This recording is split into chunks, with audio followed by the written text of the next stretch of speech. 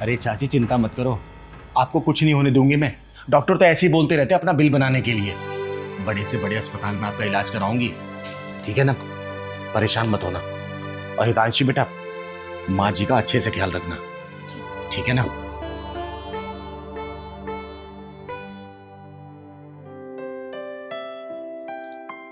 हर्ष, तूने आने में बहुत देर कर दी बेटा। डॉक्टर ने माँ को जवाब दे दिया।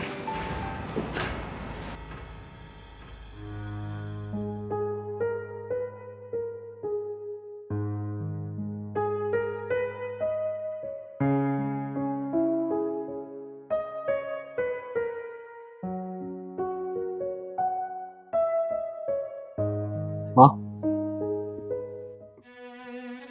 हर्ष बेटा कैसा है वो?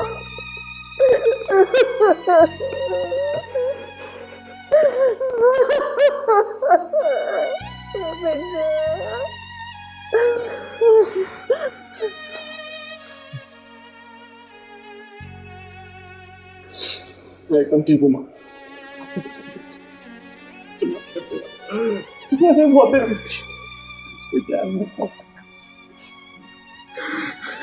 लेकिन मैं क्या करूँ माँ, मैं क्या करूँ? फौजी की जिंदगी आसान नहीं होती माँ। छुट्टी नहीं मिलती। माँ तू चिंता मत कर, तेरा एक बेटा आ गया ना, तो बेटा तेरा इलाज कर रहा है। मेरे माँ बिल्कुल ठीक हो जाएगी। मेरी दीदी, मेरी माँ ठीक हो जाएगी। डॉक्टर ने जवाब दे दिया है। मुझे जिंदगी के जो बच्चे कुछ थे ना मैं तेरे साथ गुजार लूंगी। तू ना अपने मन पर कोई बोझ मत रख, हाँ? कोई बोझ मत रख। कौन कहता है कि औरतें कमजोर होती हैं? वो अपने हर दर्द को आदमी से ये बोल के छुपा लेती है कि तू टेंशन मत ले, टेंशन मत ले। हर्ष, तुम्हें पता है माँ तुम्हें बहुत याद करती थी, तुम्हें पुकारती थी। जब भी तुम्हारा फोन आता था अपने सामने तुम्हारी तस्वीर लेकर बैठ जाती और फिर तुमसे बात करती। एक दिन मैंने माँ से पूछ ही लिया कि माँ, उनके फोन आते ही आप उनकी तस्वीर लेकर क्यों बैठ जाती हो? पता है उन्होंने क्या बोला? मेरा बेटा मेरे पास तो नहीं है, मेरे साथ तो नहीं है, लेकिन जब भी वो फोन करता है ना, मैं उसकी तस्वीर लेकर बैठ जाती हूँ ताकि मुझे लगे कि मेरा बेटा मेरे साथ है, मेरे पास है वो।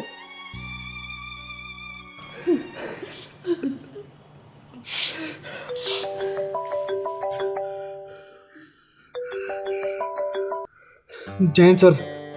वीर सिंह, जय हिंद। तुम्हें पता है कि बॉर्डर पे तनाव चल रहा है, इसके चलते तुम्हारी छुट्टी कैंसिल कर दी गई है। क्या सर? लेकिन सर, मैं समझ सकता हूँ इस वक्त तुम्हें अपनी माँ की सेवा करनी चाहिए थी, लेकिन ये मत भूलना कि तुम एक फौजी हो। इस माँ को भी तुम्हारी जरूरत है। Yes sir, yes sir. जय।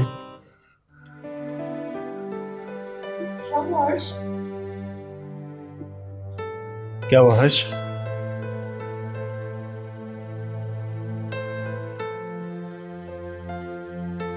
मेरी छुट्टियां कैंसिल कर दी, मुझे वापस जाना होगा। हर्ष, तुम ये क्या बोल रहे हो? तुम अभी तो आए हो और अभी जाने की बात कर रहे हो? माँ को देखो ना, माँ की तबीयत खराब है। मत रोक इसे धर्म संकट में मत डाल। इसकी ना देश को बहुत जरूरत है। और मेरा क्या है बेटा, मेरी तो जिंदगी गुजर गई। तू जा, तू अपनी धरती माँ का ना फर्ज अदा कर। मैं समझ गई। जाओ हर्ष, तुम देश का फर्ज निभाओ और मैं परिवार का धर्म निभाऊंगी। मुंह तोड़ जवाब देकर आना सबको। हर्ष, तू चिंता मत कर, तू जा। तेरी माँ का ख्याल ही चिंगारी रखेगी। बड़े से बड़े अस्पताल में इलाज करवाऊंगी मैं, और देखना जब तू वापस जंग जीत के आएगा ना, ये तेरी माँ हंसती खेलती मिलेगी। वादा है मेरा तुझसे।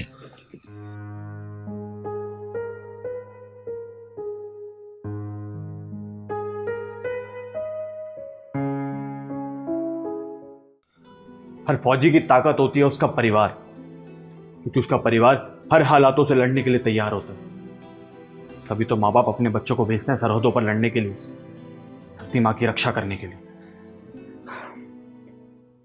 माँ, तू यही सोच लेना कि तेरा मेरा साथ यहीं तक था।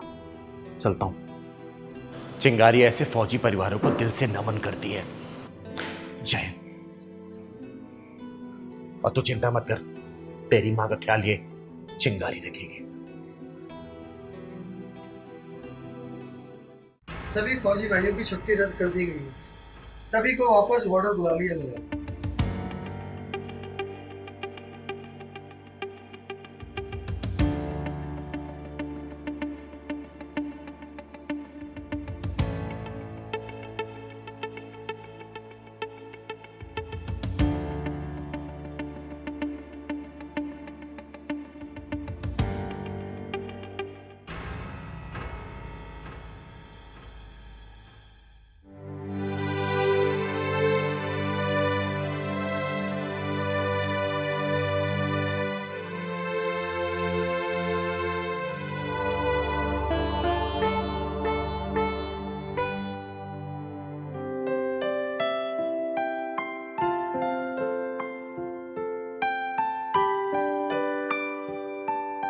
तांशी, एक बार फिर सोच लो। हर्ष, मुझे मत रोको।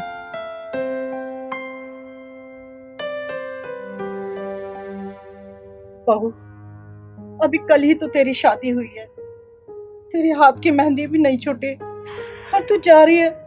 मत जा बेटा। तांशी, एक बार देख लो, एक बार ट्राई तो करो, शायद पोस्टपोन हो जाए। मम्मी जी, हर्ष, मैं आपकी फीलिंग समझ रही हूँ, लेकिन मैं आपकी बहू होने से पहले और आपकी बीवी होने से पहले इस हिंदुस्तान की बेटी हूँ। अपने देश के लिए लड़ना मेरा फर्ज है और मैं जरूर लड़ूंगी। अगर वहां बॉर्डर पे मैं नहीं जाऊंगी तो कौन जाएगा? मैं एक फौजी हूँ मम्मी जी, और ये मेरा कर्तव्य है कि मैं अपने देश की रक्षा करूं।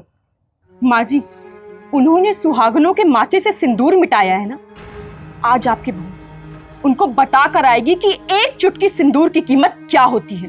तो बेटा, माँ, मत रुको इसे। ये वक्त परेशान होने का नहीं, देश की बेटी पर गर्व करने का। मुझे बहुत गर्व है कि तुम मेरी पत्नी हो। Proud of you तांशी।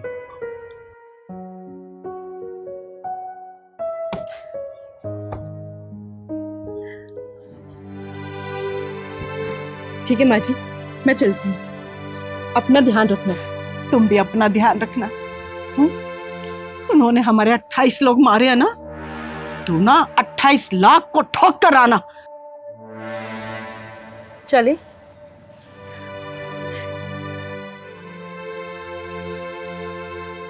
हर्ष, जल्दी चलाओ, फ्लाइट का टाइम हो रहा है।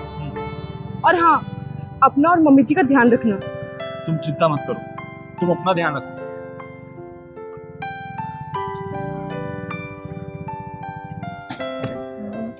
इसमें क्या हो गया यार? शिट यार, इसे भी अभी खराब होना था। मेरी फ्लाइट मिस हो जाएगी।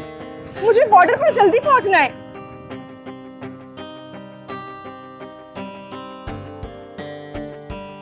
क्या हुआ भाई साहब? चिंगारी दीदी, बाइक स्टार्ट नहीं हो रही है और इसका एयरपोर्ट पहुंचना बहुत जरूरी है। हाँ दीदी, वरना मेरी फ्लाइट मिस हो जाएगी। आइए बैठिए, मैं आपको छोड़ देती हूँ। वैसे भी आप जैसे फौजी हमारे देश की सेवा के लिए तैयार है ना, तो हम नागरिकों को भी तो कुछ फर्ज है आप जैसे फौजियों के लिए। आइए बैठिए। दीदी, जब तक आप जैसे नागरिक इस देश में है ना, हमारे देश को कोई नहीं हरा सकता। नहीं नहीं, बिल्कुल नहीं। अगर सब लोग आप जैसे फौजी हो ना, तो सच में कोई भी दुश्मन हमारा बाल भी बाका नहीं कर सकता। हम दोनों का फर्ज है कि हम अपने देश के लिए लड़े। बिल्कुल सही कहा आपने। आओ बैठो।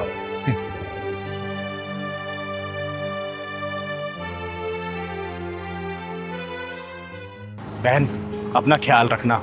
जी, आप जैसे किन्नरों का आशीर्वाद मिल पाए तो हमारा बाल भी पाकर। दीदी फौजी भाइयों को स्टेशन छोड़ने जा रहा हूँ। अच्छा, बढ़िया। हिंदुस्तान जिंदाबाद, हिंदुस्तान जिंदाबाद, हिंदुस्तान जिंदाबाद, हिंदुस्तान जिंदाबाद, हिंदुस्तान। जिंदाबाद।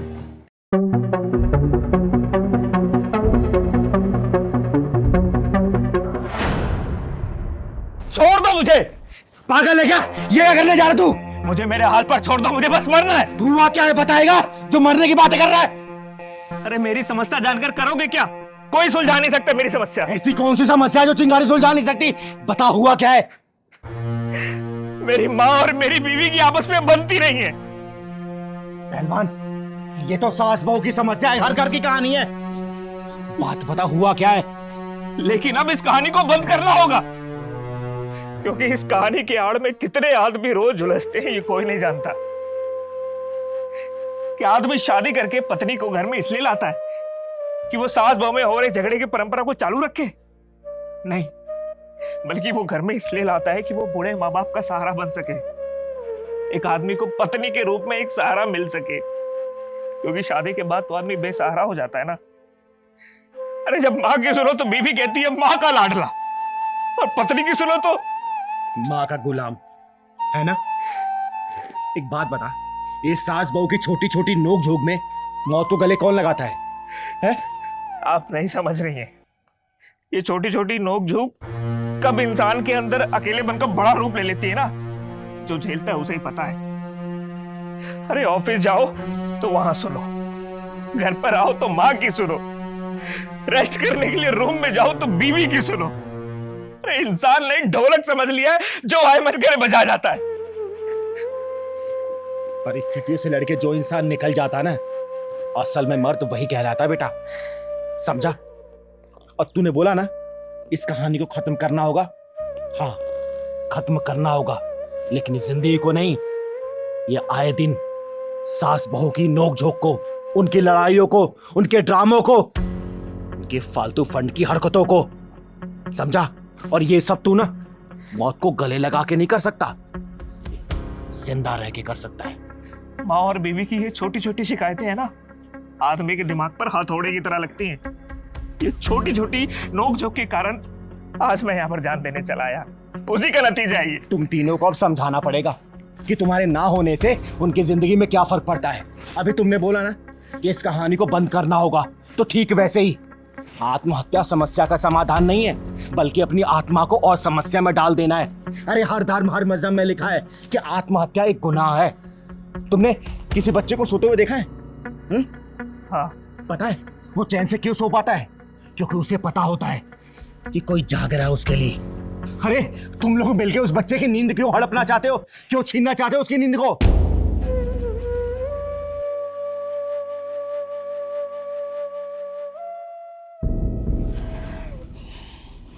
ससुरा, जब से ये फोन आया है ना, सब बर्बाद हो गया है, सबको अलग अलग कर दिया है। पहले सब लोग एक साथ बैठा करते थे, कितना प्यार था, सब प्यार खा गया ये।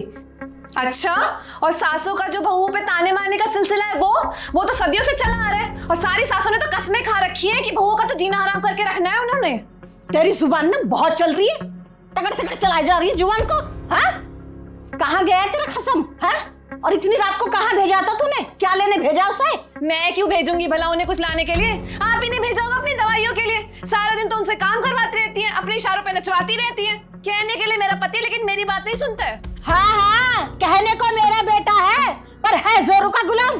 अब काम धाम करेगी या निठल्ली बैठी रहेगी? बस फोन चलाती रहती है सारा दिन। सारे घर का काम मैं ही करती हूँ, कोई नौकरानी नहीं लगवा रखी है आपने। महारानी बना के नहीं बैठा रखा है मेरे को इस घर में नौकरानी बन के घूमती हूँ मैं। हाँ हाँ, सब ठीक है। पूछ अपने खसम को कब आ रहा है? जीना आराम कर रखा है। बातें बनवा लो बस। नहीं आएगा वो। चिंगारी जी, आप भी क्या कह रही हैं? वही जो तुम दोनों ने सुना है अभी। पर वो क्यों नहीं आएंगे? मर गया वो, तुम दोनों ने मिलके मारा उसे। ये क्या बोल रही हैं आप? एक माँ अपने बच्चे को कैसे मार सकती है? सही कहा तुमने। एक माँ अपने बच्चों को कैसे मार सकती है? एक बीवी अपना सुहाग कैसे उजाड़ सकती है? अरे सास बहू का रिश्ता तो माँ बेटे के रिश्ते जैसा होता है, लेकिन ये सास बहू का रिश्ता है ना, किसी की भी बलि चढ़ा सकता है। तुम दोनों से तंग आके उसने नदी में छलांग लगा दी, मर गया वो। लाश तो नहीं मिली, लेकिन ये लेटर जरूर मिला है।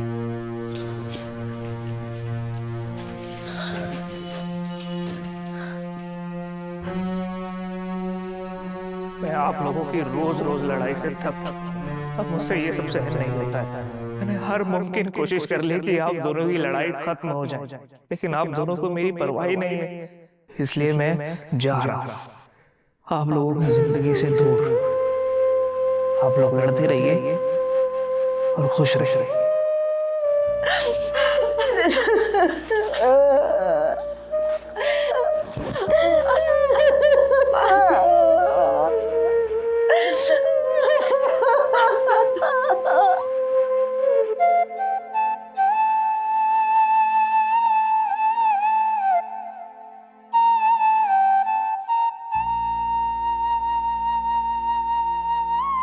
हमने क्या कर दिया? हमने कभी उसके मन की कुछ भी नहीं सुनी। लड़ते ही रहे। आज ये सारी गलती मेरी है। मैं हमेशा उनको किसी ना किसी चीज में ब्लेम करती रहती। कभी मैंने समझा ही नहीं।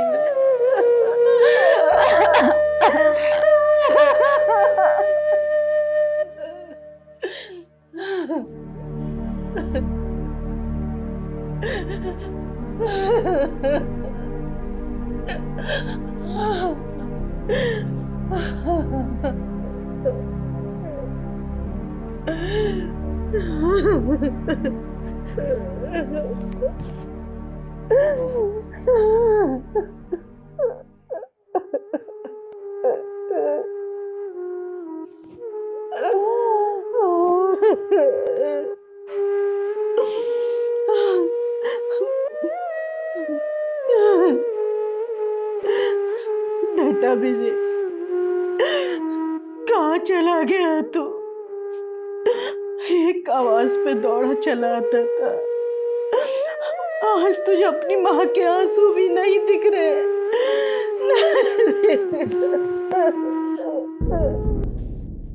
माँ जी, दवाई खा लीजिए, आपकी तबीयत बिगड़ जाएगी। क्या करना है दवाई खा के? जिसका बेटा चला गया वो जी के क्या करेगी?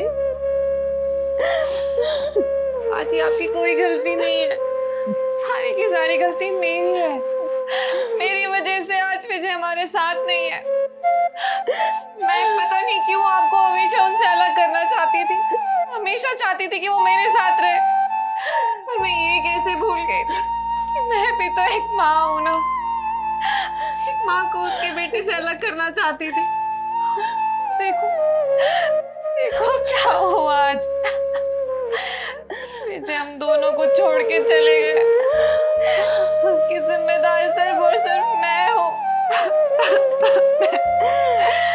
आज जब मैंने चिंटू को जन्म दिया था ना, तो ऐसा लग रहा था जैसे सैकड़ों बिच्छू ने एक साथ डंक मार दिया। और वैसा ही दर्द तो आपको भी महसूस हुआ होगा ना, जब आपने विजय को जन्म दिया था। मैं कैसे भूल गई, मुझसे बहुत बड़ी गलती हो गई। मुझे माफ कर दीजिए माँ जी। एक औरत ही औरत की सबसे बड़ी दुश्मन बन गई। सिर्फ अपना स्वार्थ चाहती थी मैं। माँ जी मुझे माफ कर दीजिए, मुझसे बहुत बड़ी गलती हो गई। बेटा, जो ये प्यार देखना चाहता था वो तो अब इस दुनिया में नहीं है। अब सब इन बातों को क्या फायदा? मेरा बेटा तो लौट के नहीं आएगा ना।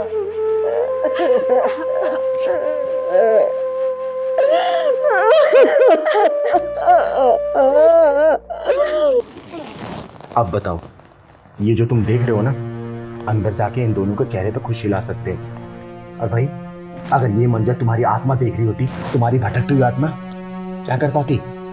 कुछ नहीं, सिर्फ बेबस खड़े होके देख रही होती, घूर रही होती, निहार रही होती, अपनी आत्मा को कचोट रही होती। समझे? अपने भटकती हुई आत्मा को भटकाने से पहले ना अपने मन पे कंट्रोल करना सीखो। समझे? जाओ अंदर जाओ।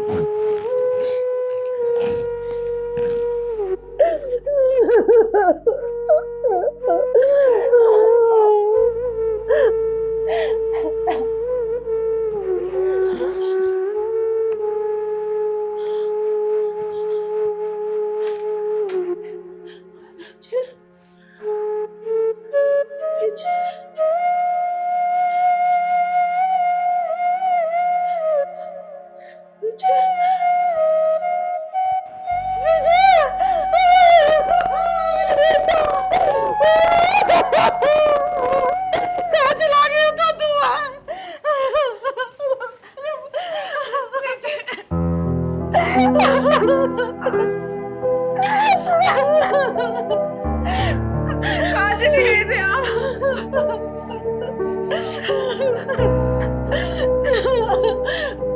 चिंगारी जी, आपने तो कहा था कि हाँ, नाटक किया था मैंने और जानबूझ के नाटक किया था, लेकिन ये सचमुच मरने जा रहा था। अगर मैं सही समय पे नहीं पहुंचती ना तो एक खत्म कर चुका होता अपने आप को। आप दोनों की आंखें खोलना चाहती थी मैं, और बताना चाहती थी आपको कि आप दोनों की नोक-झोंक घर में कलेश की वजह से ना ये परेशान हो चुका अपनी जिंदगी से, अपनी जिंदगी को खत्म करने के लिए निकल चुका था ये। और मैं इसे भी एहसास दिलाना चाहती थी कि तेरे ना होने के बाद तेरी माँ और तेरी बीवी का क्या हाल होगा, और इसके ना होने के बाद आप दोनों का क्या हाल होगा। बेटा, आज के बाद हम कोई लड़ाई नहीं करेंगे। इसने अपनी सारी गलती मान ली है। पर माँ जी, माफी तो आपने मांगी थी ना कि अब आपसे नहीं लड़ेंगी मुझसे। बेटा, तूने अपनी गलती मानी है ना। देखिए माँ जी, विजय के सामने झूठ मत बोलिए। बेटा, हमारे शरीर में ना एक छोटा सा दिल होता है, और जब ये धक धक करता है ना, इससे यही पता चलता है कि इंसान अभी भी जिंदा है। तो रिश्ते भी हमारे उसी तरीके से होते हैं। इससे छोटी मोटी नोकझोंक होती रहती है ना, इससे पता चलता है कि हमारे रिश्ते अभी भी बरकरार हैं, दिल के शोर की तरह। धक धक धक धक। खुश रहे। चिंगारी जी, आपका बहुत बहुत धन्यवाद। मेरा बेटा लौटा दिया, हमारी आंखें खोल दी। बस आप लोगों से हाथ जोड़ के यही गुजारिश है कि आज के बाद से ना ये घर में जो आप लोग नौटंकी, ड्रामे, कलेश, जो भी आपकी भाषा में बोला जाता हो वो करते हैं ना, वो बंद कर दीजिए। आप लोग अपनी बातों को लेके ना अपने बच्चे बोझ मत डालिए, क्योंकि जब बाहर इंसान निकलता है ना, हजारों लाखों टेंशनें होती हैं। घर परिवार चलाने की, अपने सपनों को पूरा करने की, अपनी माँ के दवाई की, अपनी बीवी के खर्चे की हजारों टेंशन होती है। और कभी सोचिएगा, बैठ के सोचिएगा आप लोग, एक्चुअल में सच में मुद्दे होते हैं क्या सास बहू के बीच में लड़ाई करने के लिए? मुद्दा कोई नहीं होता, बस मुद्दे को हवा दी जाती है, हवा। अब हम कभी लड़ाई नहीं करेंगे चिंगारी जी। धन्यवाद। चल पहलवान।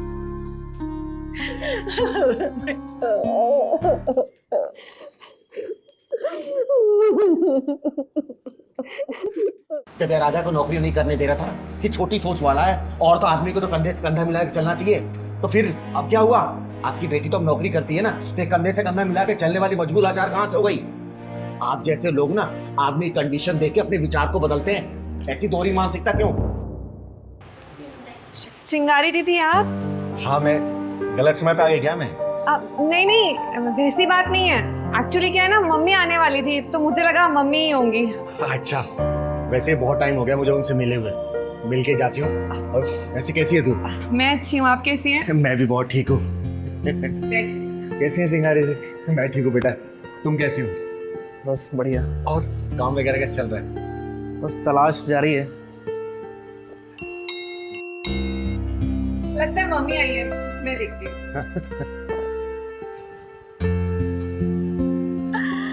अरे, बड़े बड़े लोग आए हुए हैं यहाँ पर। बस बस, फॉर्मेलिटीज रहने दो, इज्जत दिल में होनी चाहिए। माँ, मैं भी आराध्या को भाई यही समझा रहा था कि इज्जत तो दिल में होनी चाहिए ना। अच्छा चलिए ना, बैठिए आप। नमस्ते चिंगारी जी।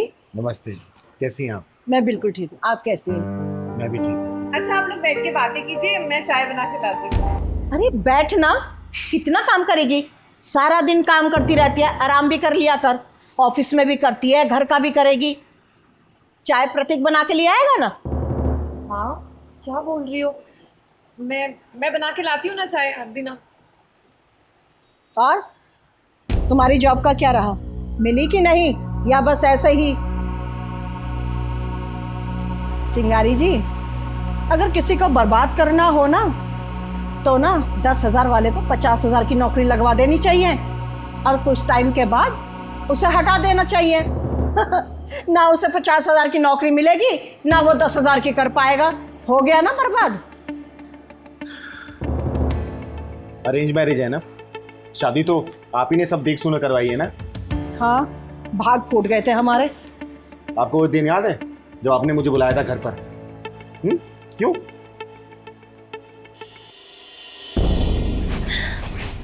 चिंगारी जी, समझाओ ना इसे, इस छोटी सोच वाले इंसान को। आज जमाना कहाँ से कहाँ पहुंच गया है। प्रतीक, तुम्हारी माँ सच बोल रही है, और वैसे भी आराध्या जॉब कर लेगी तो इसमें हर्ज क्या है? चिंगारी जी, मैं नहीं चाहता हूँ कि आराध्या जॉब करे। अरे औरतें कंधे से कंधा मिला के मर्दों के साथ काम कर रही हैं, और ये इंसान किसी दकियानुसी बातें कर रहा है।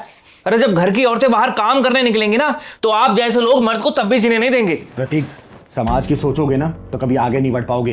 अरे तुम दोनों एक दूसरे का हाथ थाम के एक दूसरे की मदद करो ना, तुम दोनों का भविष्य उज्जवल होगा। और वैसे भी आराध्या के जॉब करने से घर परिवार अच्छा चल रहा है, तो इसमें बुरा क्या है? बात मानो मेरी, जॉब करने दो उसको, ठीक है? ठीक है चिंगारी जी।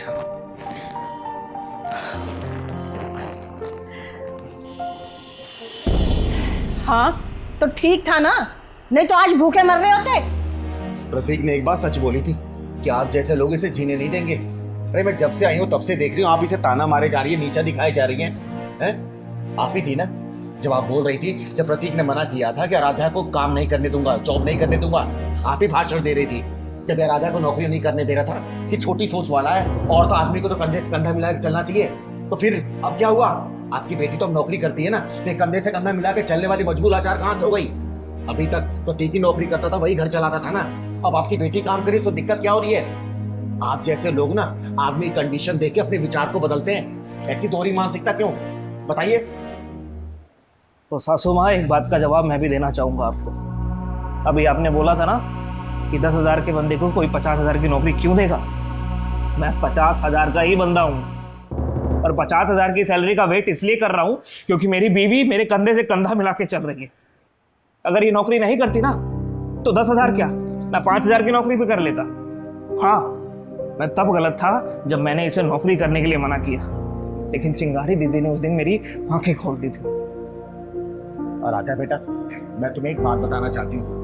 जब एक औरत काम करती है और आदमी घर बैठा रहता है ना, तो आदमी के अंदर हीन भावना आ जाती है। उसे लगता है कि मैं अपने बीबी के टुकड़ों पल रहा हूँ, और बुरा जब लगता है जब समाज आके उसे ताना देता है, वो चोट और गहरी हो जाती है। बेटा, जब पति काम करता है ना, तो वो 500 रुपए में भी अपने घर परिवार चला सकता है। 5,000, 5 लाख, 5 करोड़, हमेशा क्या होता है ना, सोचता है कि अपनी बीवी को सारी सुख सुविधाएं दे। लेकिन जब एक औरत कमाती है ना, चाहे वो 5 लाख क्यों ना कमाए, तो उसके लिए हीन भावना पैदा करी देगी। और हमेशा एक बात याद रखना। और सासू माँ, एक बात बताइए, ये नौकरी नहीं करता ना, कम से कम बाकी आदमियों की तरह आपकी बेटी के ऊपर कोई अत्याचार तो नहीं कर रहा ना है? अगर आप बुराइयां ढूंढने स्टार्ट करेंगे ना, तो लाखों बुराइयां मिलेंगी। अच्छाई तो सिर्फ एक ही काफी है। ये मान लीजिए, ये दामाद लाखों में एक है, समझी? चिंगारी जी, आपने बिल्कुल ठीक कहा। बुराई ढूंढने जाओ तो 1000 बुराई मिल जाएगी, अच्छाई एक ही काफी है। बेटा, मुझे माफ कर देना। और हाँ, फंक्शन में तुम भी इनवाइट हो, तो तुम दोनों ना साथ आना, ठीक है? चिंगारी दीदी, थैंक यू सो मच। हमेशा खुश रहे। और हाँ, जो बात मैं तुम्हें बतानी आई थी वो तो बताना ही भूल गई। मैंने तुम्हारी एक नौकरी के लिए बात की है। 2 दिन बाद तुम्हारी ज्वाइनिंग है, और सैलरी शायद लाखों में हो। आपका बहुत बहुत शुक्रिया चिंगारी दीदी। कुछ नहीं।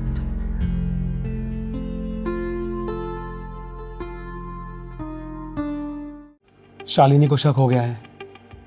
नहीं नहीं, ऑफिस मत आना, मैं आता हूँ। Gate out from my office.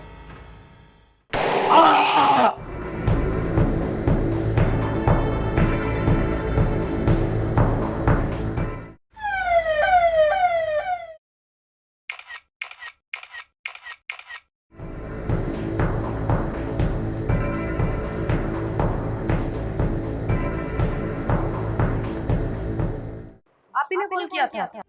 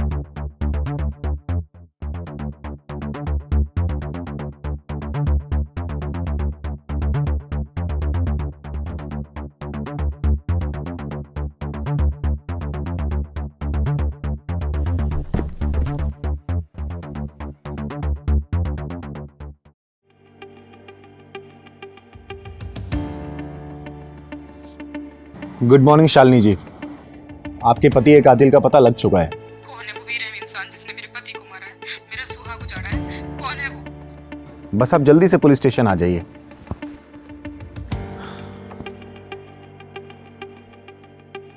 Inspector चिंगारी किन्नर केस की फाइल देखते ही केस को सॉल्व कर देती है।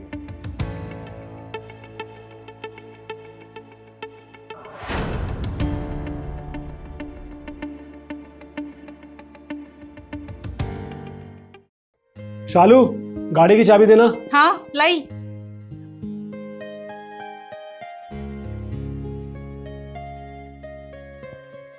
आदि, आज ऑफिस से जल्दी आ जाना।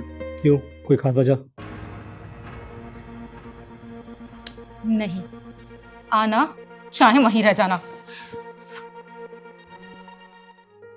आयुष बेटा, चलो तुम्हें स्कूल छोड़ता हुआ ऑफिस निकल जाऊंगा।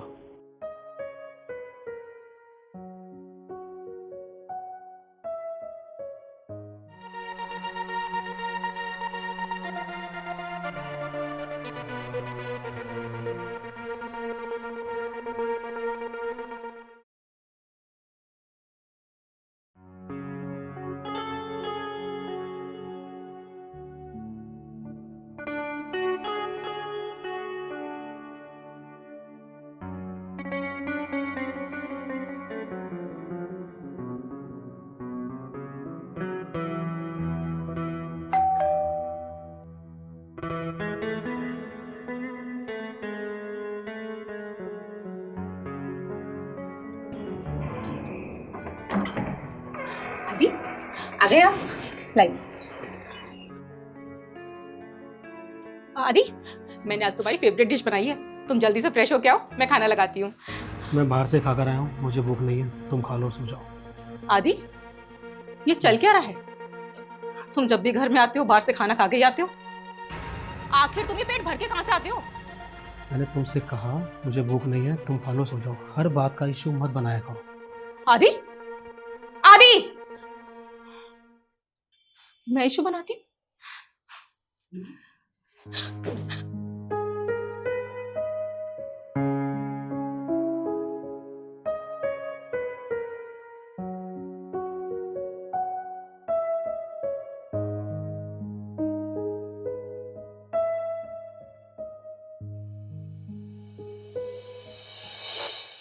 आदि, शालू, बहुत रात हो चुकी है, प्लीज जाके सो जाओ।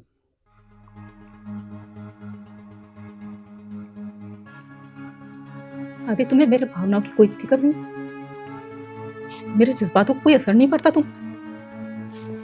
आदि, मैं तुमसे कोई भीख नहीं मांग रही हूँ, अपना हक मांग रही हूँ।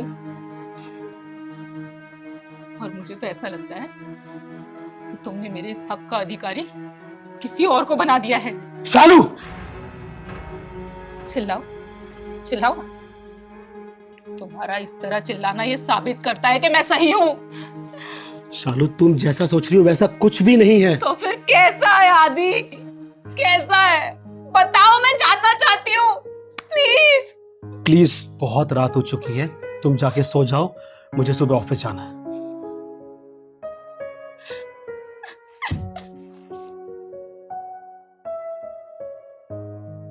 समस्या में मैं फंस तो गया, लेकिन इससे निकलूं कैसे ये समझ में नहीं आता।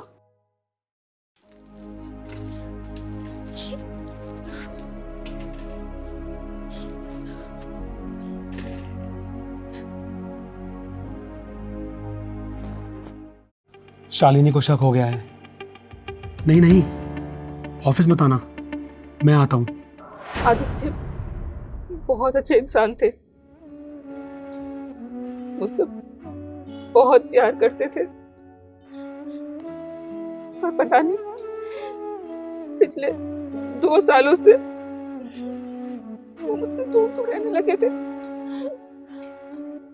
पहले हम एक बेडरूम में सोते थे, फिर अचानक वो अलग जाके सोने लगे। मैं जानना चाहती थी कि आखिर ये सब हो क्या रहा है, वो क्यों मुझसे दूर जा रहे हैं? कहीं उनकी जिंदगी में कोई और तो नहीं आ गई है?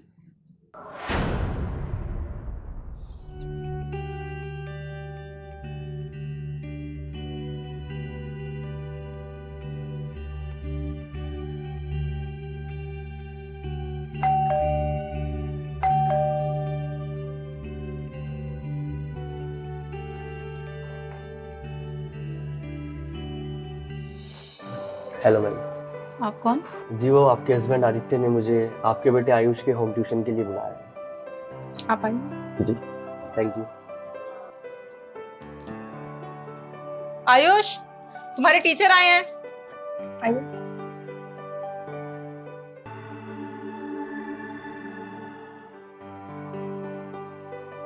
अच्छा, तो आप हैं आयुष। आपके फादर आपकी बहुत तारीफ करते हैं। मैं आपका नया टीचर हूँ बेटा, अच्छे से पढ़ना है, कुछ भी डाउट हो किसी भी तरीके का दिल खोल के पूछ लो। तो बेटा कौन सी क्लास में आप? 8th। अच्छा, फेवरेट सब्जेक्ट कौन सा है आपका? साइंस। पढ़ना अच्छा लगता है?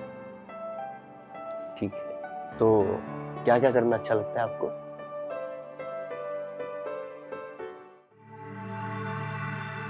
Okay, good.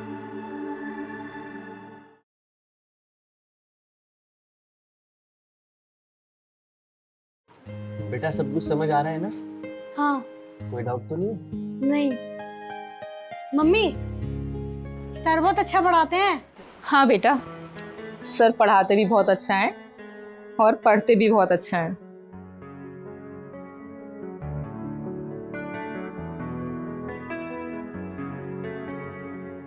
तो इसका मतलब अब तो चाय रोज मिल जाया करेगी। क्यों नहीं? हेलो। आइए ना, बैठिए। आयुष कहाँ है? और आज आपने 2 घंटे पहले क्यों बुला लिया? 2 घंटे की एक्स्ट्रा फीस ले लेना। अच्छा ये बताओ, चाय लोगे या कॉफी? चाय। आपके हाथ की चाय बहुत अच्छी लगती है। और चाय बनाने वाली? Very cute, very nice.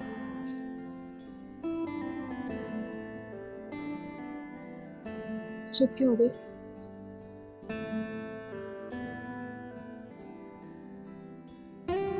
बोलिए ना।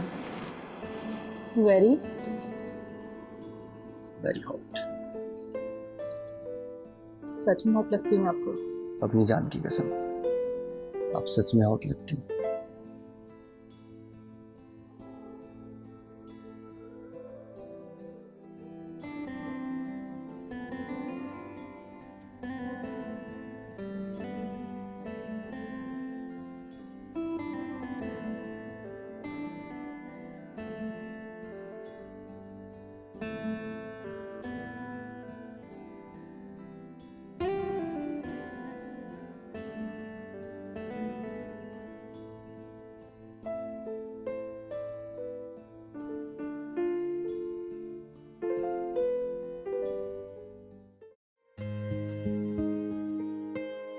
आयुष आ जाओ। मम्मी आज आप इतनी खुश कैसे हो? अब तुम्हारी मम्मा ऐसे ही खुश रहेगी। हम आप ऐसे ही खुश रहना। हाँ। आयुष बेटा, देखो आज मैं तुमसे पहले ही आ गया।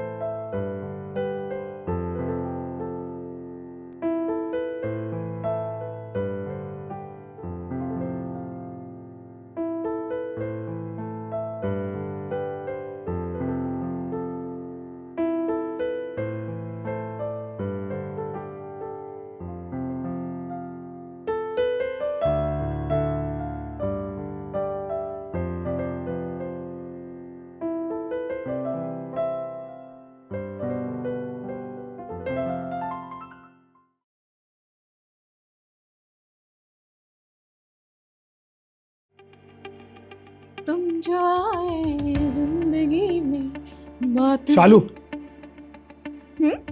ये कोई टाइम है घर आने का? 11 बजे। आयुष बेटा तुम रूम पे जाओ। Good night Kittu.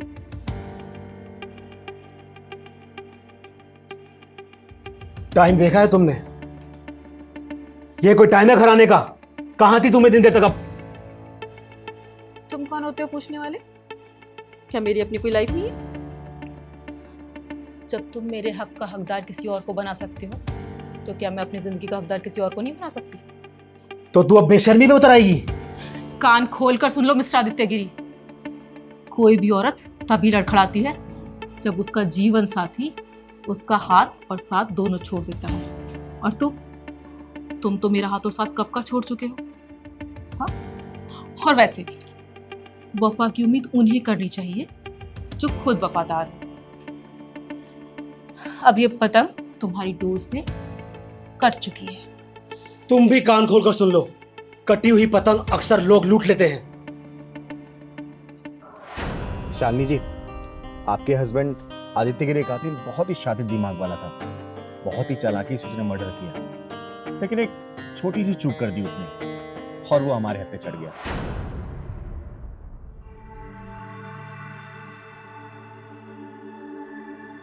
इनका कॉल आया, इन्होंने बताया कि कोई इन्हें मारना चाहता है। मुझे गोली की आवाज भी आई, तभी मैंने आपको कॉल किया। कितने टाइम से आ रहा था कॉल इनके पास? वो तो मुझे नहीं पता मैम, पर जिसने भी मारा उसको छोड़ना मत।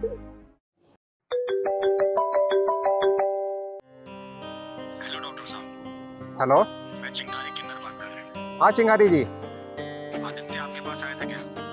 हाँ, आदित्य का ट्रीटमेंट चल रहा था। उसका वैवाहिक जीवन ठीक नहीं चल रहा था, जिससे वो बहुत परेशान था। डॉक्टर साहब। हाँ आदित्य। शालिनी को शक हो गया है।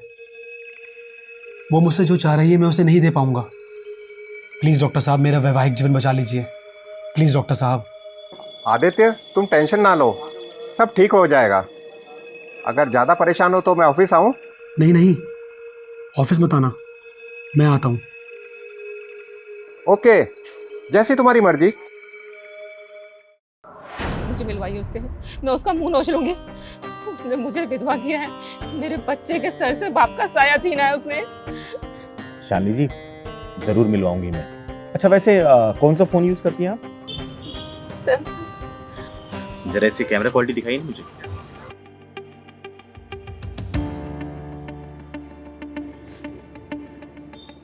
आपके हस्बैंड का कातिल ये रहा।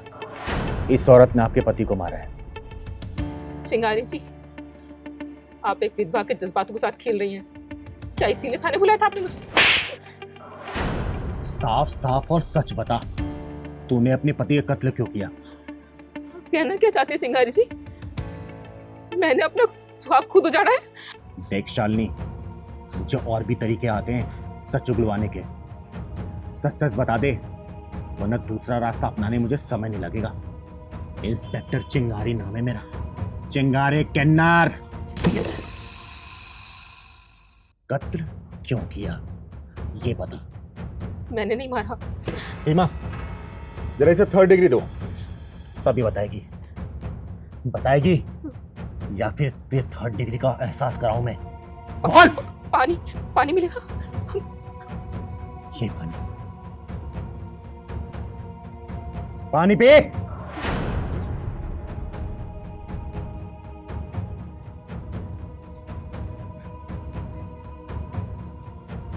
अब बता, तूने अपने पति का कत्ल क्यों किया? मैंने नहीं मारा, मैंने नहीं मारा। मैं अपनी मांग का सिंदूर खुद क्यों झाड़ूंगी? एक बात तो माननी पड़ेगी, बहुत होशियार है तू बेटा। तेरी जैसी क्रिमिनल माइंड से ना रोज का वास्ता पड़ता है हमारा। अब सीधे सीधे बता रही है या फिर दूसरा तरीका अपनाऊं सच उगलवाने का? आप किस बिना पर मुझ पर इल्जाम लगा रही हैं? क्या सबूत है आपके पास? सबूत चाहिए तुझे? ये देख, ये रहा सबूत।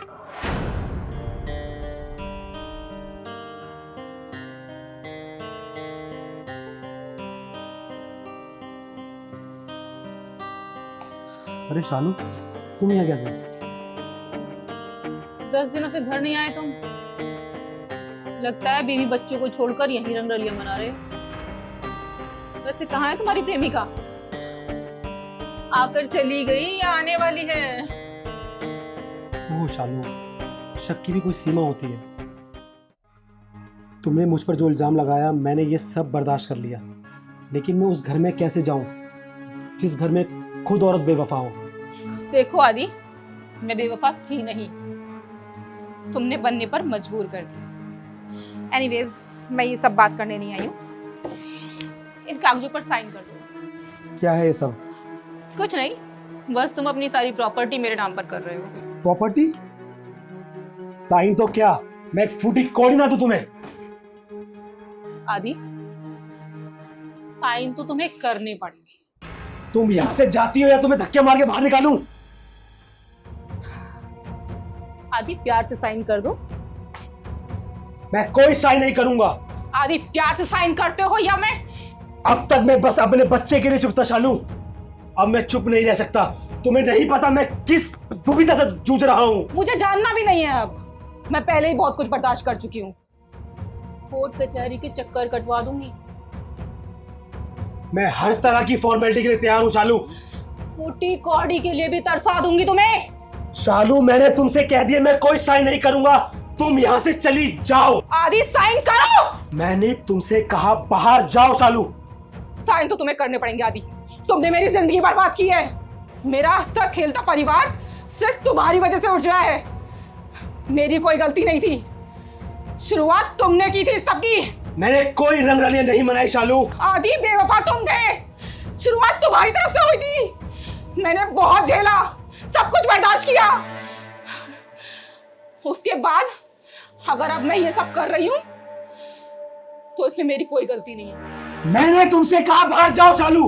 Gate out from my office. Adi, तुम्हें साइन करने पड़ेंगे। शालू, मैंने तुमसे कहा जाओ यहाँ से। जब तक तुम साइन नहीं करोगे ना, मैं यहाँ से कहीं नहीं जाने वाली। Gate out from my office.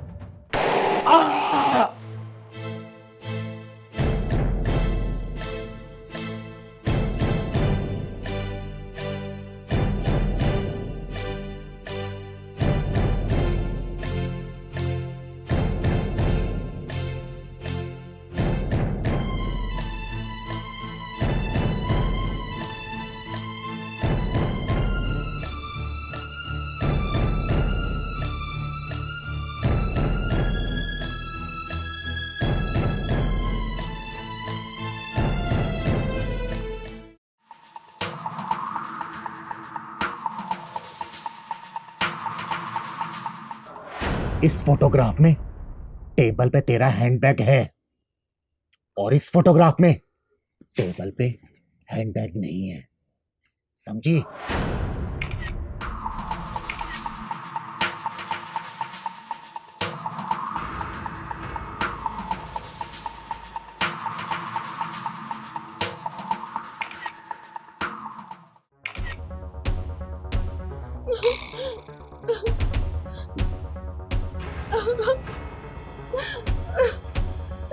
हो गए फोटोग्राफ? मैडम आप? मैं इनकी वाइफ। आप ही ने कॉल किया था? हाँ जी।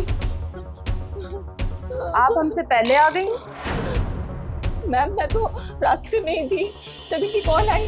इन्होंने बताया कोई ना मारना चाहता है, मुझे गोली की आवाज आई तब मैं आपको कॉल कर पाई और मैं भागी हुई यहाँ पे आई। कितने टाइम से आ रहा था कॉल इनके पास? वो सब मुझे नहीं पता मैडम, मुझे तो इन्होंने आज ही बताया। मैडम छोड़ना मत उसे जिसने भी मारा है। देखिए टेंशन मत लीजिए, जहाँ भी इसका कातिल होगा ना ढूंढ के निकालेंगे। कितना टाइम लगेगा और? कुछ मिला हमें यहाँ पर?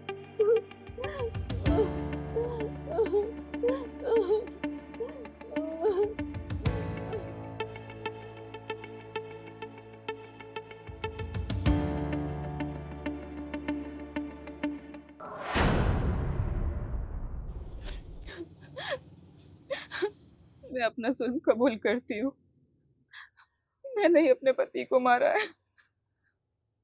सीमा, इसे हवालात में ले जाओ। चल, तेरे जैसी औरतों ने शादी जैसे पवित्र रिश्ते को भी बदनाम कर दिया है। तैयार हो जा हवालात की हवा खाने के लिए। चल चल।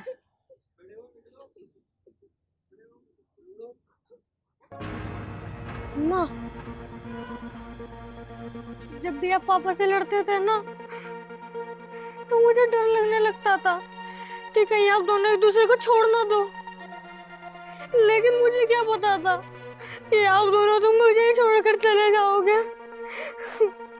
आप मम्मी पापा कितने सेल्फिश होते हो ना, हमारे बारे में बिल्कुल नहीं सोचते। जब आप ही हमारे बारे में नहीं सोचते तो और कोई हमारे को क्यों अपनाएगा? चुप हो जा बेटा, चुप हो जा। देखा तूने, अरे इस जैसी उम्र के बच्चे को जिंदगी क्या होती है ये पता तक नहीं होता, लेकिन इसने 4 लाइनों में जिंदगी का फलसफा और जिंदगी का दर्द बता दिया। अरे तुम जैसे माँ बाप सच में बहुत सेल्फिश होते हो। अब इन जैसे बच्चों का बचपन वापस लौट के नहीं आ सकता।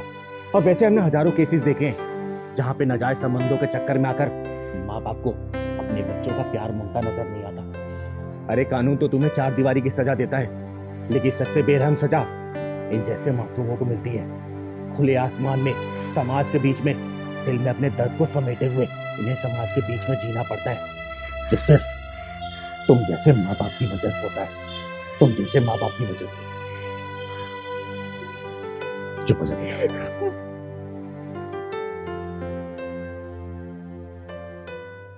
तो कहने का नाम जिंदगी है, लेकिन जीने के लिए हमें कदम कदम पे मरना पड़ता है। मैं राहुल बोल रहा हूँ। राहुल कौन?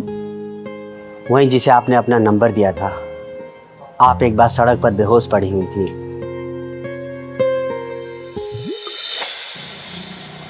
पी लो, पानी पी लो, आप पानी पी।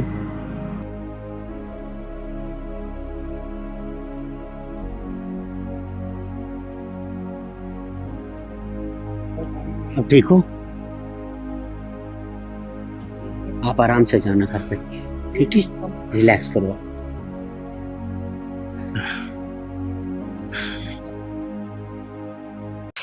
सुनो, मेरा नंबर लेके जाओ। मैं आपका नंबर लेकर क्या करूंगा? तुमने जो इंसानियत दिखाई है ना, उसे मैं कभी भूल नहीं पाऊंगी। और रही बात मेरा नंबर लेके क्या करोगे, तो कहने का नाम जिंदगी है, पर कदम कदम पे खुद को मारना पड़ता है खुद को जीने के लिए। ले लो नंबर।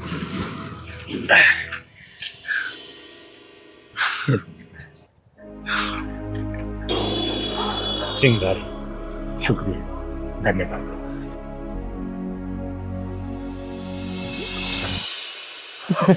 हाँ हाँ, पहचान लिया।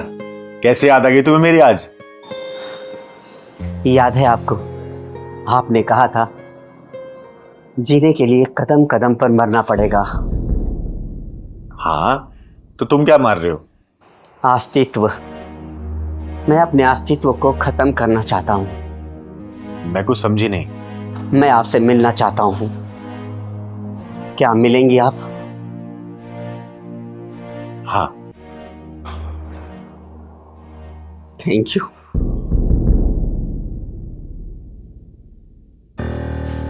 दिमाग खराब हो गया तुम्हारा? क्या बोल रहे हो तुम? मुझे अपना परिवार चलाने के लिए और कोई रास्ता नहीं दिखता। प्लीज प्लीज मुझे करने दो ये काम। किन्नर बनकर हैं? इतना आसान नहीं है ये सब। तुम्हें पता है जब हम किन्नर लोग मरते हैं ना तो हमें जूते चप्पलों से मारते हुए शमशान घाट ले जाया जाता है ताकि दोबारा इस योनि में जन्म ना ले। और तू जानबूझ के इस आग में कूदना चाहता है, इस दलदल में फंसना चाहता है। दुनिया तुम्हें जीने नहीं देगी, सोच लेना इस बात को। जीने तो अब भी नहीं दे रही है। एक मर्द होके परिवार नहीं चला पा रहा हूं। नामर्दी का खिताब तो पहले से दे रखा है। क्या फर्क पड़ता है, एक लिबास ही तो पहनना है। ये लिबास पहनना इतना आसान नहीं है बेटा। जब लोग हमारा मजाक उड़ाते हैं, कोई छक्का, कोई हिजड़ा, कोई छमिया, कोई ताली बजाने वाला बोलता है तो ऐसे लगता है कि हमारी जिंदगी एक मजाक बन के रह गई है। अरे बाहर से तन मर्द का और अंदर से मन औरत का। जब लोग हमें नफरत भरी निगाहों से देखते हैं ना तो वो मंजर तो तुमने देखा भी नहीं होगा। इसलिए मत कर ये सब, झेल नहीं पाएगा तू। और तुझे जितने पैसे की जरूरत है ना मैं मदद करूंगी जब तक तेरी नौकरी नहीं लग जाती। और जब तेरी नौकरी लग जाए तो तू मुझे उधार वापस कर देना। उधार और भीख में सिर्फ इतना ही फर्क होता है, जो लौटा दिया जाए वो उधार, जो ना लौटाया जाए वो भीख। और ये दूर दूर तक नहीं लगता कि मैं वापस कर पाऊंगा। फिर ये भी तो एक भीख हुआ ना।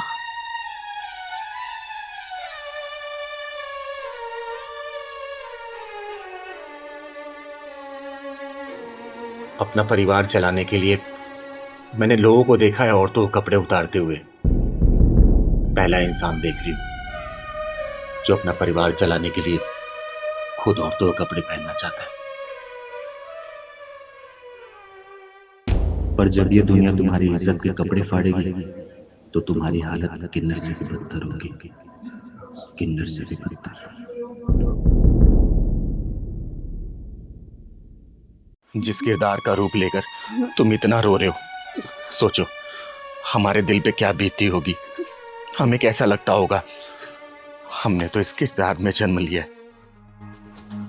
दीदी क्या सोच रही हो आप? इस आदमी ने मुझे एक धर्म संकट में डाल दिया यार। कैसा धर्म संकट दीदी?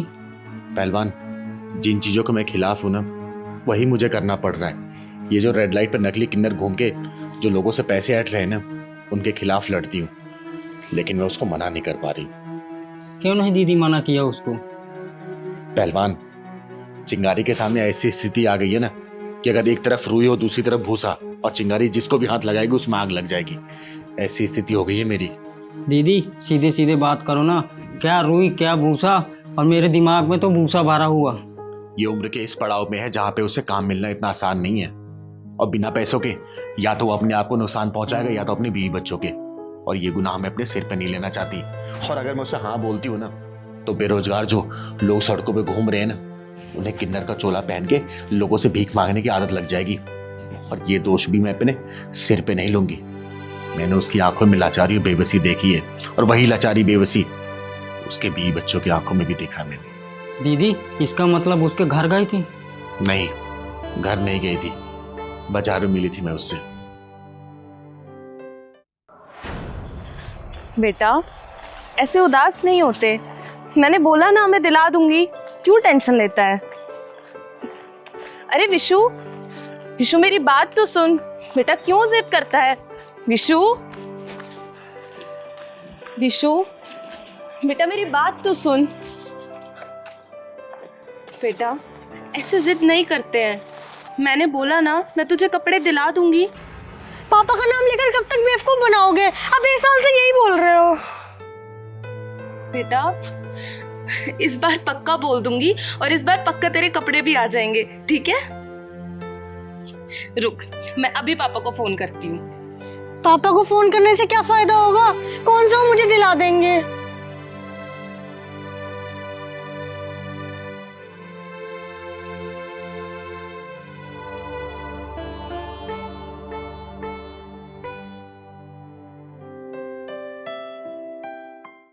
हेलो, कब तक बच्चे के सामने मेरा मजाक बनवाते रहेंगे? अब तो मुझे ऐसे लगने लगा है कि मैंने आपसे शादी क्यों की। बस मैं आ रहा हूँ, 2 मिनट में पहुँच रहा हूँ, बस 2 मिनट, तुम वेट करो, मैं पहुँच रहा हूँ।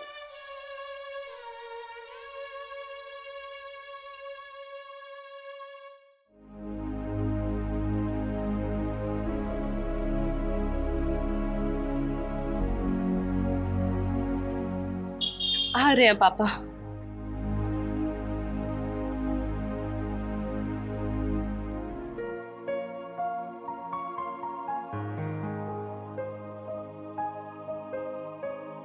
अब तो मैं आ ही गया, नाराज क्यों हो रहा है? आने से भी क्या होगा? अब हर बार की तरह मार्केट ले जाओगे और झूठ बोलोगे, ये दिलाऊंगा वो दिलाऊंगा, और फिर घर ले जाओगे। अब ऐसा नहीं होगा, तू जो बोलेगा वो खिलाऊंगा, ठीक है? आपके पास इतने पैसे कहाँ से आए? नौकरी लगी मेरी और एडवांस भी मिला है, और अभी मैं ट्रायल पे हूँ, बहुत जल्दी परमानेंट हो जाऊंगा, टेंशन ना लो। ये तो बहुत खुशी की बात है। देखा, मैं नहीं कहती थी, भगवान एक दिन हमारी जरूर सुनेगा। और सुन लिया उन्होंने। चलो चलते हैं। चलते हैं। चल।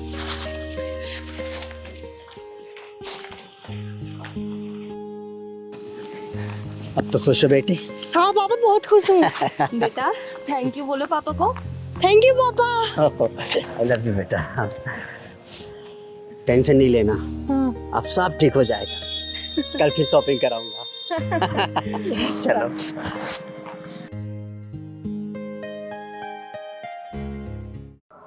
देखा दीदी, आपसे वो झूठ बोल रहा था, जब नौकरी नहीं थी पैसा कहाँ से आ गए उसके पास? मैंने दिए थे पैसे और मैंने ही बोला था ऐसे बोलने के लिए, और मैं खुद उस परिवार को अपनी आंखों से देखना चाहती थी, लेकिन पहलवान मुझे कुछ समझ नहीं आ रहा कि मैं क्या करूं। बहुत परेशान हो गई हूं। सच में दीदी, ऐसी परेशानी आपके सामने कभी नहीं आई है। अच्छा ये बता, राहुल आ गया? हाँ दीदी, वो तैयार हो रहा है। अच्छा सुन, मैं तुझे एक काम बता रही हूँ और जैसे ऐसा बोलूँ ना वैसे ही करना है तुझे।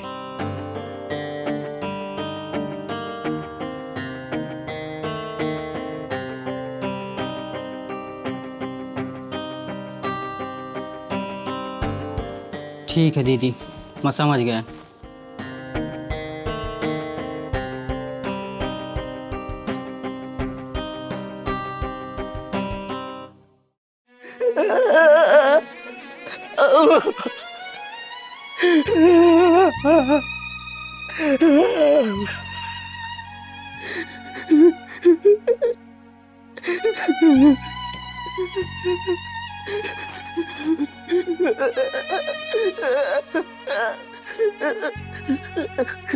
जिस किरदार का रूप लेके तुम इतना रो रहे हो, हमारे बारे में सोचो, हमारे दिल पे क्या बीतती होगी। हमने तो इस किरदार में जन्म लिया है। देखो, दुनिया की निगाहें कभी हमें हीन भावना से देखती है, तो कभी हमारे ऊपर हंसती है, तो कभी हमें देख के हमारा मजाक उड़ाती है। अरे तुम्हारे पास तो अपना दर्द बयां करने के लिए आंसू होते हैं, लेकिन हमारे पास तो वो भी नहीं होता। अरे हम अपने दर्द को अपने हंसी ठहाकों से निकालते हैं, और ये दुनिया वाले ये सोचते हैं कि हम बहुत खुश हैं, सारी खुशियां हमारी जिंदगी में, लेकिन हमारी खुशियों के पीछे का दर्द ये दुनिया समझ नहीं पाती। ये दोहरी मानसिकता वाली दुनिया हमें शगुन के कामों में तो अपना लेती है, लेकिन बाहरी मेल मिलाप और लोगों से बातचीत ये इनको बर्दाश्त नहीं हो पाता। अरे जब ये समाज वालों ने मुझे नहीं अपनाया, तो तुम क्या सोच रहे हो ये किन्नर का चोला पहन लोगे तो बर्दाश्त कर पाओगे समाज को? कभी नहीं। अरे समाज वालों की तो छोड़ो, ये तुम्हारे यार दोस्त मित्र परिवार वाले, वो कभी तुम्हें एक्सेप्ट नहीं कर पाएंगे। और तुम्हें पता है, तुम भले उनके लिए कमाओगे, उन्हें खिलाओगे, लेकिन वो भी हराम की कमाई लगेगी। अभी भी वक्त है, मान जाओ। नहीं दीदी नहीं, कल जब मैं अपने परिवार की आंखों में वो खुशी देखा, वो देखने के लिए मैं तरस गया था दीदी। तरस गया था। मुझे मत रोको दीदी, मुझे मत रोको, मुझे मत रोको दीदी। इन खुशियों को मैंने आंसुओं और दुखों का सैलाब बनते बहुत देखा है। अभी भी वक्त है, मान जा तू, मान जा। दीदी मुझे मत रोको दीदी, मुझे मत रोको, मुझे मत रोको दीदी। ठीक है, अगर तूने ठान लिया है ना तो जी मेरी जिंदगी। हम किन्नरों की जिंदगी क्या होती है ना बेटा, तुझे 2 दिन में समझ आ जाएगा। और तू खुद ये चोला उतार के फेंक जाएगा। ये बात को तू गांठ बांध के रख लेना। तब देखेंगे दीदी, दीदी, दीदी।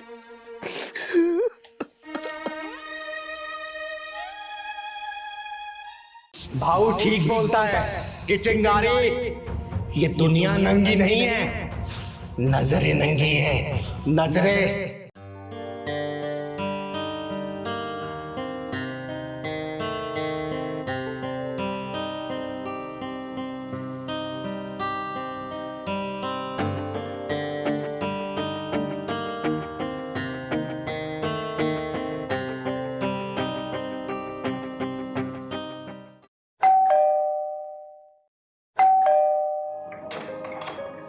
आ गए आप? लाइट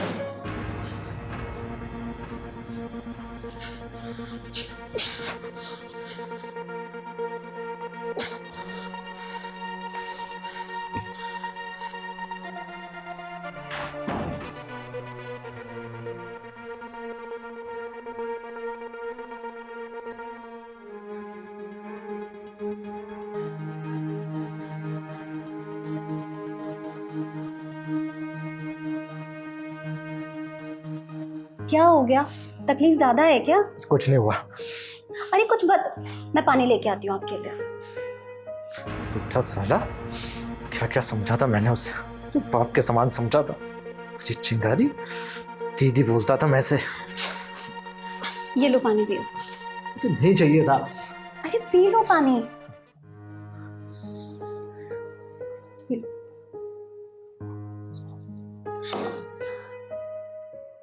सुनो, चोट में दर्द ज्यादा है तो किसी दूसरे डॉक्टर को बुला दूं?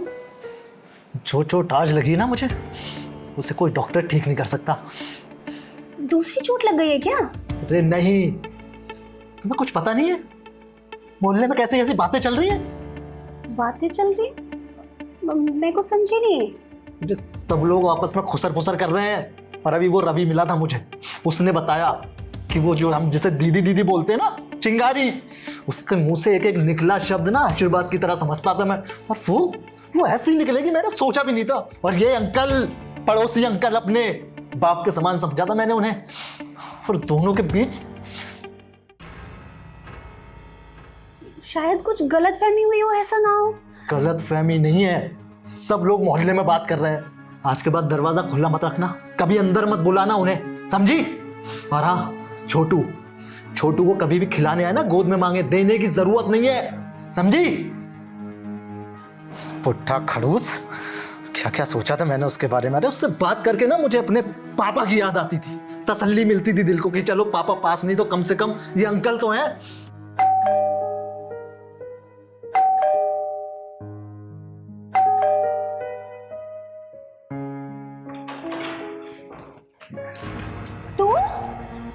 क्यों आई है तू? अबे तू कब से मेरी सहेली बन गई है? दीदी से सीधा तू। ज्यादा रिश्तेदारी दिखाने की जरूरत नहीं है। छोटू के होने पे आई थी ना, मिल गया ना शगुन, फिर अब क्या काम है?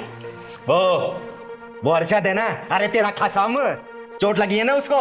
ये भाऊ है ना मेरा, उसने दवाई भिजवाई है, 50-60 किलोमीटर दूर जाके लेके आई हूं मैं। ले लगा दियो, चुटकी में सही हो जाएगा उसका दर्द। हाँ ठीक है, कितने पैसे हुए बता? पैसे? तू मुझे पैसे देगी चिंगारी को? अरे तू बोल तो चिंगारी तेरा घर पूरे पैसे से भर देगी। कुछ भी भरने की जरूरत नहीं है, अब जा। चल ठीक है, खुश रहो तुम दोनों। बढ़िया है, सारी असलियत पता है मुझे। असलियत? अरे जा ना।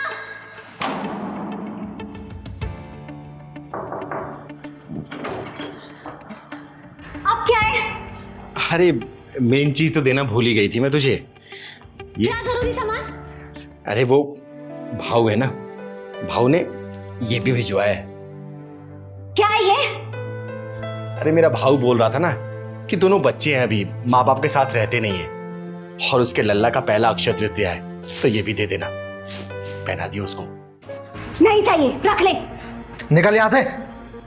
अच्छे से जानता हूं मैं, तू और वो खड़ूस अंकल वो पार्किंग वाले पार्क में क्या गुलछर्रे उड़ाते हो तुम। ओए, मुझसे क्या पूछ रही है? जाके मोहल्ले वालों से पूछ कि तुम दोनों क्या गुलछर्रे उड़ाते हो पार्क में। पार्क के कोने में? वो तो अरे भाऊ, क्या हुआ? तेरी तबीयत ठीक नहीं है क्या? हैं? बता। अरे मैं ठीक हूँ भाई, मैं ठीक हूँ। तू कहाँ थी? अरे भाऊ, आने में देरी हो गई ना। आने में और तेरा फोन क्यों नहीं चल रहा? अरे भाऊ, फोन ऑफ हो गया और ऊपर से ये नेटवर्क, क्या करूं? अच्छा बता, तूने क्यों बुलाया मेरे को? नेटवर्क, बैटरी, बहाने, जब चाहिए होगा तब नहीं मिलेगी। अरे भाऊ वो सब छोड़ना, देख मैं आ गई ना। तू बता, कोई दिक्कत परेशानी है क्या तुझे? दिक्कत कोई नहीं है। अरे चिंगारी सुन ना, मेरा एक छोटा सा काम करेगी? अरे तू मेरा भाऊ है, तेरा सब काम करेगी रे, बोल ना। वो मेरी बगल में जो रहते हैं ना, वो अरशद और मीनू। अरे हाँ, वो दोनों बड़े प्यारे बच्चे हैं वो। हाँ बहुत प्यारे हैं। वो क्या है ना, वो परसों अरशद अपने ऑफिस से जब आ रहा था ना, तो मैंने देखा वो लंगड़ा के चल रहा था। तो मैंने उससे पूछा, तो वो कहीं बेचारा अपने ऑफिस की सीढ़ी से गिर गया था, तो उसकी काफी गुम चोट आई है रे। और कल भी मैंने देखा तो वो लंगड़ा ही रहा था। तू एक काम करना, वो जो अपने हकीम जी है ना, याद है तेरे को, वो जहाँ से मैं एक बार तेल लाया था? अच्छा हाँ हाँ याद है, जो यहाँ से 40-50 किलोमीटर दूर रहते हैं। हाँ यार तुझे पता ही है आजकल का काम क्या चल रहा है। कुछ तो करना चाहिए ना भाई, करना चाहिए ना। तेरे को। अबे यार ये क्या हो रहा है? तभी तो चिंगारी, क्या है ना, मेरी आज तबीयत थोड़ी ऐसी ही है।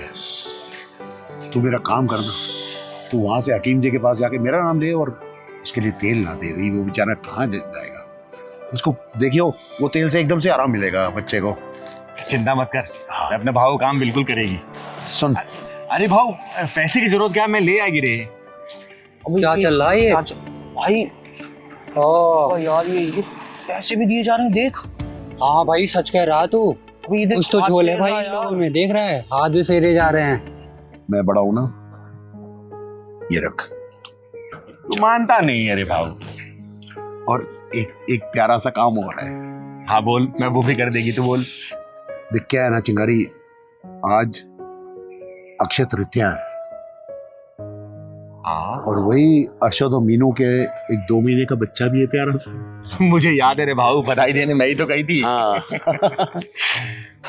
तो अक्षय तृतीया पे ना बच्चे के लिए कुछ लाते हैं। अब उनके माँ बाप तो उनके साथ रहते नहीं, अब पता नहीं उनको इस बात की समझ है या नहीं है। मुझे उनको देखकर ऐसे लगता है वो भी तो अपने बच्चे ही है ना। तो वो छोटू के लिए ना, तो कुछ भी छोटा सा कुछ ले आइए। तू चिंता मत कर रे भाऊ, मैं उस बच्चे के लिए भी कुछ ले आएगी। बेटा उनको तेल के साथ वो भी देती। भाऊ एक बात बता, तेल तक तो ठीक है, लेकिन तू ये बच्चे का सामान तो खुद भी दे सकता है ना। दाल में कुछ काला लग रहा है मुझे। भाई पूरी दाल काली है। यार तू कुछ देख तो रहा है भाई। ग्लो कैसे कर रहा है, देख। हाँ सही कह रहा भाई, सही कह रहा है। बैंक की आँख इसकी, ऐसे भी काम चलते हैं क्या? सच कह रहा है भाई। और तू छोड़, हटा यार, चल छोड़, मैं सब नहीं पढ़ा। चल चल चल, छोड़। भाऊ एक बात बोलूं मैं तुझे, तू रिटायर तो हो गया, लेकिन तूने समाज के बारे में सोचना बिल्कुल बंद नहीं किया।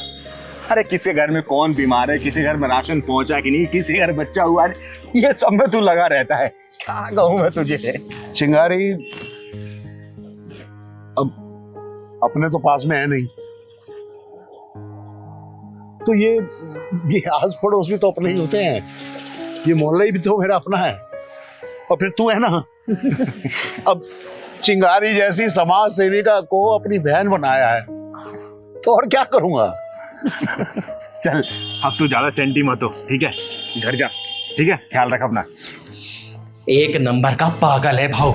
कहता था दोनों बच्चे अच्छे घर के हैं, पढ़े लिखे हैं, लेकिन सोच देखो अनपढ़ों से भी कई गुजरी। भाव है मेरा वो, बाप जैसा है, बड़ा भाई मानती हूं मैं और छोटी बहन मानता है मुझे, समझे? ये तेरा खसम है ना, इसके पैर में चोट लगी थी तो उसने बोला जाके 50-60 किलोमीटर दूर एक हकीम रहता है, उसके यहाँ से दवाई लेके आ जा, लगा लेगा तो जल्दी ठीक हो जाएगा। और तेरे बच्चे के लिए ये शगुन भेजा था कि तुम लोगों को पता नहीं होगा कि अक्षय तृतीया है, और तुम लोग छी छी। भाऊ ठीक बोलता है कि चिंगारी ये दुनिया नंगी नहीं है, नजरें नंगी है, नजरें। और ये दुनिया छोटी नहीं है, ये सोच छोटी है, सोच। चिट चल रहे। चिंगारी दीदी, अरे दीदी आप, और ये किसे ले आया? अरे ये नासपीटा पूरी रात मेरे गेट पे रो रहा था, और तुझे पता है ना मेरा कोई ठिकाना तो है नहीं, कभी मैं यहाँ हूँ कभी कहाँ हूँ, तो मैं तो इसको पाल नहीं पाऊंगी। मैं सोच रही थी कि तुम लोग पाल लो इसको, तुम लोग का मन भी लगा रहेगा और सबसे बड़ी बात तो भाव का दिल लगा रहेगा इससे। बिल्कुल सही कह रही हो दीदी आप, और वैसे भी ना रेखा को कुत्ते बहुत पसंद है। हमें पाल लो वैसे, कितना प्यारा है। अच्छे से ख्याल रखियो इसका। हाँ दीदी। ठीक है ना? हाँ। चल मैं चलती हूँ, कहीं जाना भी है काम से। ठीक है दीदी। थैंक यू दीदी। अरे थैंक यू क्या बात है, बस इसका ध्यान रखियो तो। ठीक है। चल ठीक है।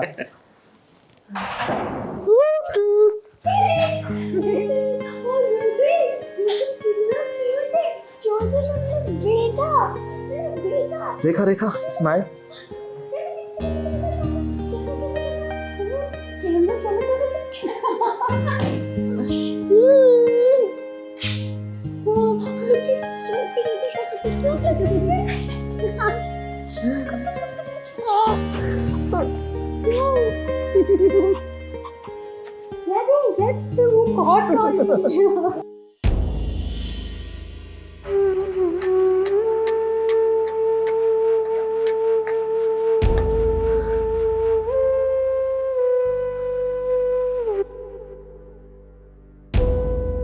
चलो मीनू।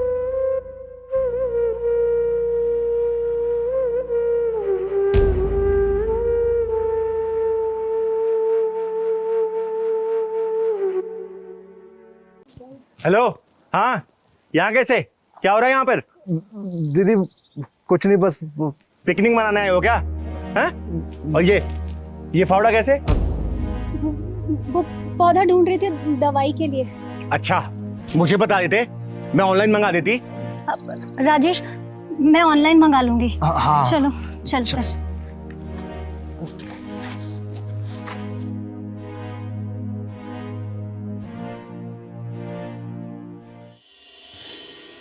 हाँ क्या हुआ, कैसे उदास बैठे हो? मिल गया पौधा? हाँ देखो ऐसे मुंह बना के बैठने से कुछ नहीं होगा, सब पता है मुझे। उस कुत्ते को दफनाने गए थे ना, उस जानवर को। जानवर नहीं है वो, मेरा बेटा है, वो हमारा फैमिली मेंबर था। अच्छा जान था वो? एक कुत्ते से इतना लगाव हो गया, और जो तुम्हारे पापा तुम दोनों को कितनी बार समझा चुके हैं कि किसी बच्ची को अडॉप्ट कर लो, वो भी तुम लोगों की अपनी बन के रहेगी, तो तुम लोग क्या बोलते थे? पापा आपसे कुछ बात करनी थी। हाँ बोलो ना बेटा, क्या बात? एक्चुअली हम लोग फैमिली प्लान कर रहे हैं। अरे बहुत बढ़िया, करनी भी चाहिए। लेकिन पापा मैं डॉक्टर के पास गया तो उसने बोला कि ये माँ नहीं बन सकती। क्या? क्यों? क्या क्या प्रॉब्लम क्या है? कौन सा डॉक्टर है ये? सेक्टर 62 वाला एम कुमार। नहीं नथिंग डूइंग। बेटा तू घबरा रही, हम सेकंड ओपिनियन लेंगे, थर्ड ओपिनियन लेंगे, क्या ये कोई तरीका थोड़ा है? पापा मैं शहर के टॉप 10 डॉक्टरों के पास जा चुका हूँ, कोई पॉसिबिलिटी नहीं है। अरे कुछ तो पॉसिबिलिटी होगी भाई। पापा कोई पॉसिबिलिटी नहीं है। बेटिया देख, पहली बात तो ये है कि तुम लोगों को उदास होने की कोई जरूरत नहीं है। मैं कुछ भी देख सकता हूँ, तुम्हें पता है, तुम लोगों को उदास नहीं देख सकता हूँ भाई। एक आइडिया है मेरे माइंड में, अगर तुम लोग मानो तो बोलूं। हाँ हाँ पापा, बोलिए ना। मेरा दिल है कि हम क्यों ना किसी गरीब की एक नवजात बच्ची गोद ले लें। देखो देखो वो क्या है ना, एक तो आजकल भी, आज के टाइम पे भी कितने ही जाने लोग हैं ऐसे जो बच्चियों को, बेटियों को बोझ मानते हैं। तो एक तो किसी गरीब का बोझ हम बांट लेंगे भाई, है ना, और दूसरा वैसे ही इतने बच्चे हमारे देश में पैदा हो गए, इतनी पॉपुलेशन है, तो इसी बहाने हम शायद हो सकता है देश की कुछ सेवा कर सके, है ना। और घर में आएगी बिटिया तो लक्ष्मी आएगी भाई। पर पापा, घर का बच्चा घर का ही होता है। एक मिनट बेटा, वो कहने को तो दूसरे का है ना, नवजात बच्चा ले रहे हैं हम, वो हमारे घर में आएगी बिटिया, छोटी सी बिटिया, तो उसका धर्म क्या, वो तो हमारा ही धर्म उसका धर्म है, और फिर वो दूसरे की काम, वो तो हमारी हो जाएगी ना बेटा। पापा, अपना खून अपना होता है, तो घर के बच्चे से हम कैसे प्यार कर पाएंगे, लगाव कैसे होगा? कैसे प्यार हो सकता है, कैसे ये नहीं नहीं नहीं, ऐसा नहीं होता है, ऐसा बिल्कुल नहीं होता है। अब ये मेरी बिटिया, ये देखो, ए बच्ची, है कोई खून का रिश्ता तेरा मेरा? पर मैं चीख मारता हूं तो तू तड़प जाती है, और तू 5 मिनट लेट हो जा ऑफिस से तो मैं कैसे तड़पता हूं। अभी 4 साल नहीं हुए तुम्हारी शादी, ऐसे ही वो नवजात बेटी। अरे क्या, ये दिल का लगाव है बेटे, ये हमारी सोच है। देखो भाई, ऐसा है, मैं तो सिर्फ सलाह दे सकता हूं। अब तुम लोग पढ़े लिखे हो, सेल्फ रिलायंट हो, जो डिसीजन लेना चाहो बेटे, तुम्हारी इच्छा है। सोच के बताएंगे पापा।